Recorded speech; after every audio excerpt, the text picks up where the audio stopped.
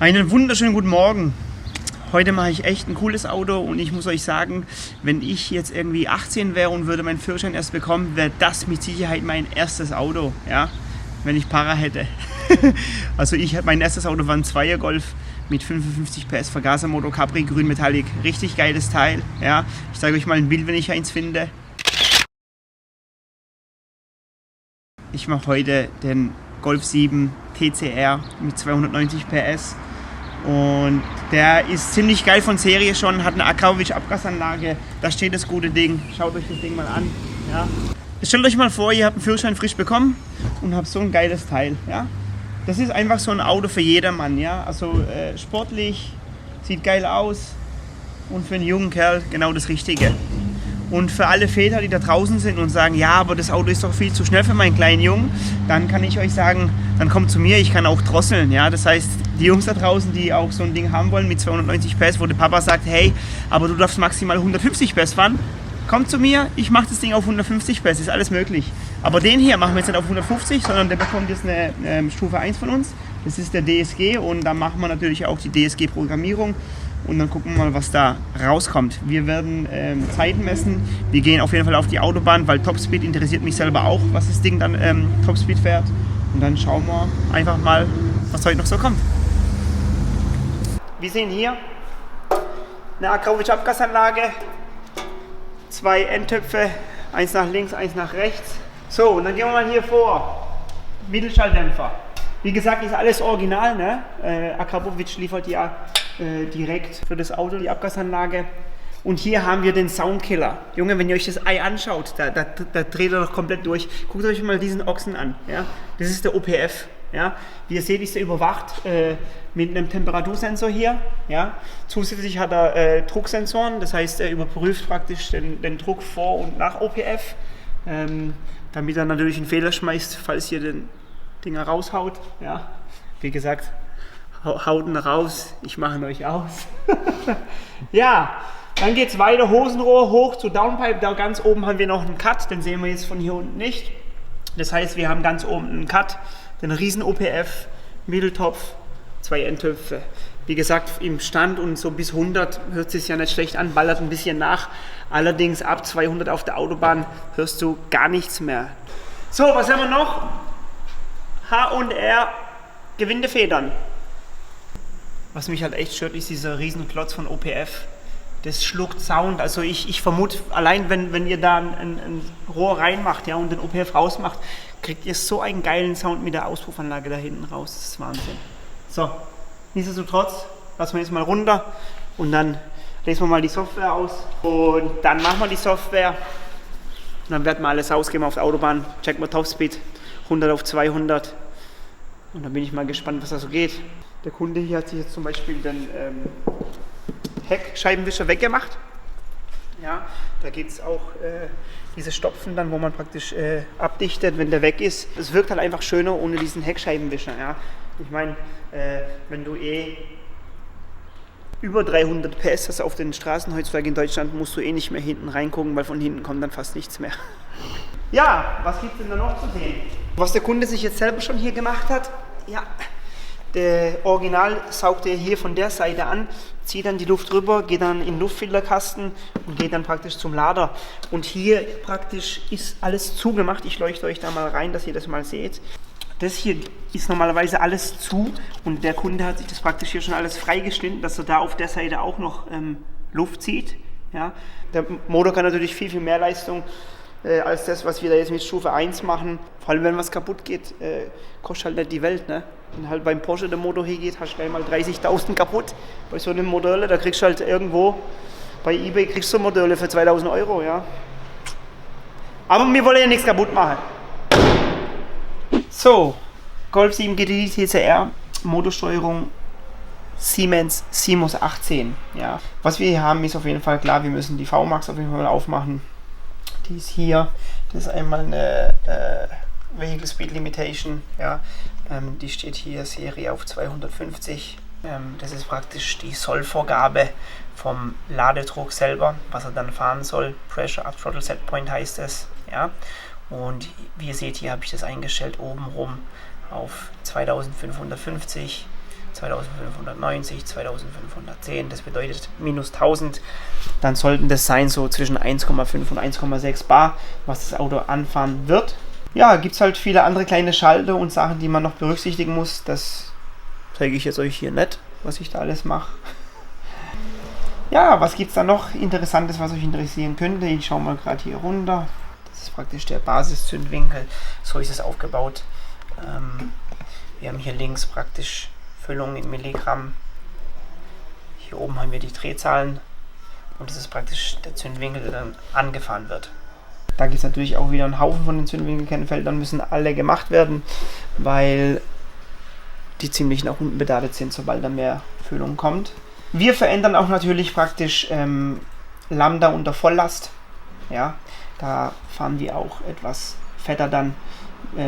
Wie ihr seht, in Serie zum Beispiel ist es jetzt so, dass sie da echt Lambda 1 lassen, damit er Temperatur bekommt. Ja, und dann erst praktisch über einen Bauteilschutz anfetten. Ich schreibe die hier schon etwas runter.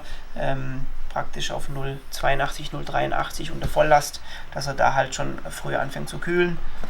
Und dann kommen wir nicht auf die ganz hohen Temperaturen. Ich habe jetzt hier einen Drehmoment angegeben von 445. Ob er das nachher erreicht, der pendelt je nachdem, was für Temperaturen der hat, hat er Faktoren drauf.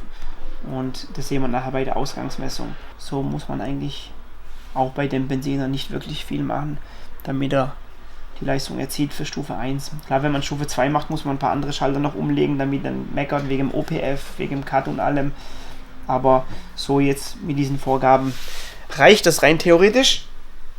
Ich spiele das jetzt mal rein, dann gehen wir wieder auf die Autobahn und dann gucken wir mal, was wir fahren. Die Eingangsmessung ist fertig, ja. Die Software ist jetzt auch schon drauf und jetzt fahren wir auf die Autobahn, Pipo. Also, du weißt Bescheid, anschnalle. Ja, ganz wichtig. Ich bin echt gespannt, was das Ding Topspeed fahren wird. Ich denke GPS. Wir messen heute mit dem Race Logic die Geschwindigkeit. Da ist das Teil. Da seht ihr dann die tatsächliche Geschwindigkeit. Weil ich habe meinen Draggy bei jemandem im Auto vergessen. Mensch, jetzt ist das Draggy nicht da. Jetzt können wir gar keine Zeit messen. 100, 200 und so. Aber ist nicht schlimm. Topspeed und Leistungsdiagramme gibt's. Also eins kann ich euch nochmal erzählen, damals wo ich meinen Zweier Golf hatte, wie gesagt, mein erstes Auto, Capri, grün Metallic, ganz seltene Farbe, das war eigentlich ein 16V Karosse, aber von dem, wo ich es gekauft habe, die haben damals so einen 55 PS Vergasermotor reingemacht und das Ding hatte einen Topspeed von echt 140 km/h, ja, das war ja brutal. Und auf jeden Fall war das Ding so tiefer gelegt und so hart, dass ich mal nach Polen gefahren bin, ja, meine Oma besuchen und ihr wisst, die polnischen Autobahnen, bevor Polen natürlich das Geld gut genutzt hat von der EU und sich neue Autobahnen gebaut haben, waren das echt so Steinplatten von von eurem Onkel. Nicht von meinem Onkel. Und echt, da bin ich gefahren, nachts nach Hause auf den Steinplatten und es hat ja echt so gewackelt die ganze Zeit, weil ich hatte auch Federwegsbegrenzer drin, das heißt, ich hatte eigentlich fast keinen Federweg, ja. Und auf jeden Fall war das so, dass mir dann vorne links das Licht rausgefallen ist. Stellt euch mal vor, du fährst auf der Autobahn, toppelt und auf einmal fällt das Licht vorne raus. Ja, da habe ich mit Tape wieder rangemacht und bin dann gemütlich nach Hause gefahren. Ja, auf jeden Fall war es echt ein tolles Auto. Ich habe dann irgendwann 9x16 Felgen drauf gemacht und seitdem ist das Ding nur noch 120 gefahren. Ja. Was wir gleichzeitig auch noch mitmachen, sind auf jeden Fall Loks, ja, Topspeed-Loks. Wir haben heute eine Außentemperatur von 6 Grad momentan. Und dann gucken wir mal auf jeden Fall, was die Ansauglufttemperatur so macht. Und dann kann ich euch sagen, ob es sich schon rentiert, bei einer Stage 1 einen Ladeluftkühler reinzumachen oder nicht. Je nachdem, wie hoch unsere Ansauglufttemperatur geht bei Topspeed. Ne? Hier schaut ihr, auf dem Laptop wird alles aufgezeichnet. Oh, der Auspuff hört man wieder. Aber ohne Scheiß, da ab 250 hörst du gar nichts mehr vom Auspuff. Das ist echt Wahnsinn. Ah, das liegt halt auch am OPF, ne? OPF ist der Otto-Partikelfilter. Weil Pipo, seine Mama, die hat gesagt, dass sie nicht weiß, was ein OPF ist. Jetzt gleich ist es. Also Pipos Mama, der OPF ist ein Otto-Partikelfilter. So, Ladedruck 1,5 Bar.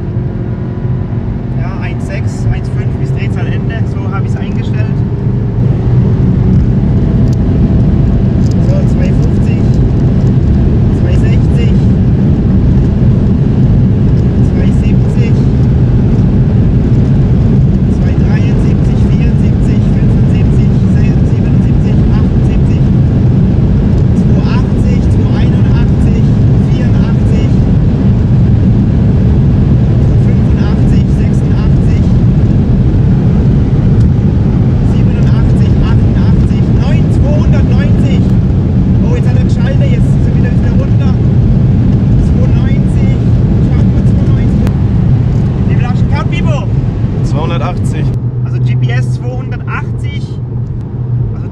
jetzt 290, Pipo.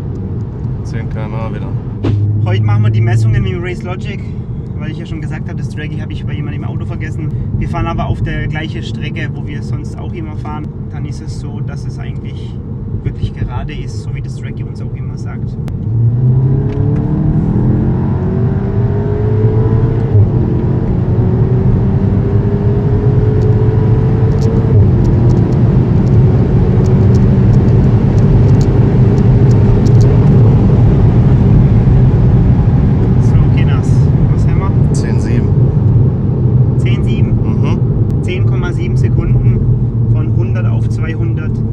Pipo drin.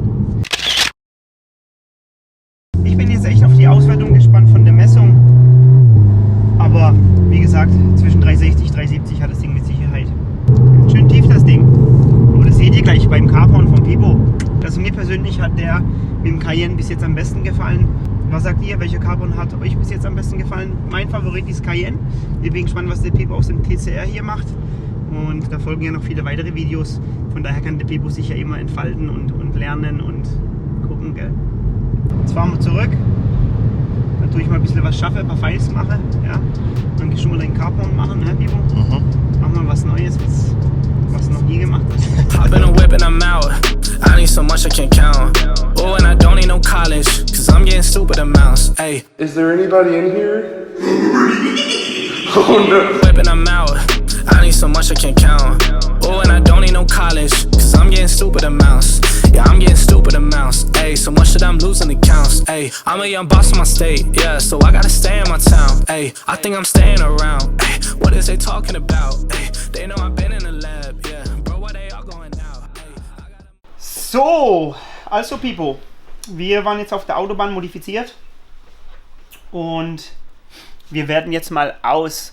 Die erste Frage, die wir uns stellen, ist, braucht man bei der Stufe 1, wenn man so 1,55 Bar fährt, mit ca. 370 PS schon einen Ladeluftkühler? Ja? Und ich habe hier ein geiles Tool, also mit dem logge ich die ganzen Autos momentan, weil das echt genial gerade ist. Das ist von B-Flash, ja? Und da sehen wir jetzt praktisch alles. Wir sehen hier praktisch die Gänge, ja, in der Anzeige hier. Wir haben hier unsere Drehzahl. Und dann haben wir hier unsere Ansauglufttemperatur. Ich habe jetzt hier ausgewählt Intake Air Temperature, das heißt Ansauglufttemperatur, aktueller Gang und Drehzahl. So, wie ihr jetzt seht, wir beschleunigen hier, ne? Also wirklich, das ist wirklich Volllast auf der Autobahn. Dritter Gang Vollgas, da schaltet in der vierte Gang Vollgas, dann schaltet in der fünfte Gang Vollgas, in der sechste, da bin ich hier kurz vom Gas runtergegangen, weil ein Auto war, dann haben wir weiter beschleunigt und dann sind wir gefahren, sechster Gang, die 290. Ja, 280. Ja, 290 Tacho. Und wie ihr seht, haben wir eine Ansauglufttemperatur von maximal 31 Grad. Ja, also das heißt, wir sind wirklich Topspeed gefahren, volle Lotte. Das heißt, eigentlich kommt man ganz selten nur in den Genuss, auf den Autobahnen so Gas geben zu können. Und Außentemperatur war 6 Grad. Wir haben jetzt hier 31. Das bedeutet, wenn jetzt da ein Ladeluftkühler verbaut gewesen wäre, ja, wo besser ist wie Serie, dann hätten wir anstatt 31 Grad vielleicht 22, 25 Grad. Hätte aber an der Leistung nichts ausgemacht, weil ich sag, ich weiß nicht, wie die anderen darüber denken, aber ich laut Erfahrung sag, alles bis 50 Grad Ansaugluft-Temperatur ist okay. Ja, das heißt, wenn mich jemand fragen würde, braucht man zur Stufe 1 unbedingt einen Ladeluftkühler, sage ich nein. Wenn man natürlich mehr Leistung fahren möchte, sollte man einen verbauen. Ja. Was ist noch wichtig hier zu sehen? Die Zündung. Ja, also wie gesagt, ich zeichne hier alles auf. Dann zeige ich euch jetzt mal die Zündung mit der Zündwinkelrücknahme pro Zylinder. Ja, da sieht man, hier kann man ja schön auswählen bei dem Programm. NOx-Zylinder 4, 3, 2, 1 und dann Ignition Angle, Main Value, das ist praktisch der Grundzündwinkel, wo das Auto fährt. Und ihr seht jetzt hier zum Beispiel, dass wir jetzt hier bei 6,4 haben wir eine Zündung von 3,37 Grad. Ja, und zurücknehmen tut so der meiste 3 Grad. Wie gesagt, bis 15 Grad Rücknahme können sie machen. Ich sage so bis 5 ist akzeptabel. Genauso hier fährt er dann auch da oben rum dann die 7 Grad. Hier ist zum Beispiel gar keine Rücknahme hier in dem Bereich. Also zwischen 5,9 und 6,2 ist keine Rücknahme da. Also man kann wirklich viele tolle Sachen hier aufzeichnen und das braucht man auch, um wirklich das Maximale, nicht das Maximale, sondern ein gesundes Maximum rauszuholen an Software. Und von der Öltemperatur zeige ich euch, wie viel wir da gekommen sind maximal. Wir haben jetzt hier bei Topspeed eine maximale Öltemperatur von 122,96 Grad. Ja. Hier haben wir noch was, das ist praktisch die Temperatur. Ja. Das ist also nicht das Modellierte, sondern der Sensor wirklich vom OPF, das heißt vor OPF, was die Temperatur da macht. Und wie ihr seht, kommen wir hier maximal auch auf eine Temperatur Maximum von 790 Grad. Also das ist gut für einen Cut, gut für einen OPF, da wird auch nichts passieren. Jetzt gucken wir mal Leistungsmessung an. Originale Messung haben wir 317,1 PS und 373 Newtonmeter. Der Pipo blendet euch das jetzt ein, schaut. Stufe 1, das heißt nur Software. Wir haben programmiert Motor und Getriebe, ja, und kommen auf eine Leistung von 379,5 PS und 442,1 Newtonmeter. Das Diagramm seht ihr jetzt. Und wie ihr auch auf dem Diagramm seht, also dieses gestrichelte praktisch ist die Eingangsmessung und das durchgezogene ist praktisch die Ausgangsmessung. Das heißt, ihr seht, am meisten bemerkbar, auch vom Drehmoment her, ist es so zwischen 5000 und Drehzahlende. Da hat man so den maximale Drehmomentzuwachs. Ja. So, dann wären wir durch für heute mit dem Auto. Ich denke, der Kunde wird sehr zufrieden sein. Vielleicht kommentiert er auch mal drunter unter das Video. 280 GPS lässt sich sehen für so einen Golf. Ja, ich meine, wenn dann so ein Mercedes hast, so ein AMG oder irgendwas, die meisten sind bei 250 abgeriegelt. Ja, auch die ganzen M's sind viele abgeriegelt. Da fährst du halt mit dem Golf vorbei, winkst noch schön raus. Am besten jetzt, sage ich dem Kunden, der soll sich so Tissues kaufen, solche Taschentücher in so eine Box, die kann er dann immer den AMG-Fahrer rausschmeißen, wenn sie heulen, wenn er an denen vorbeifährt mit so einem Golf. Ja, dann sind wir fertig mit dem Auto für heute. Jetzt ist erst Mittag, wir haben jetzt 3 Uhr. Dann drehen wir noch ein Auto, hä? Gucken wir mal, was als nächstes kommt. Seid gespannt! Hop in a whip and I'm out. I need so much I can't count. Oh, and I don't need no college, cause I'm getting stupid amounts. Yeah, I'm getting stupid amounts. Hey, so much that I'm losing the counts.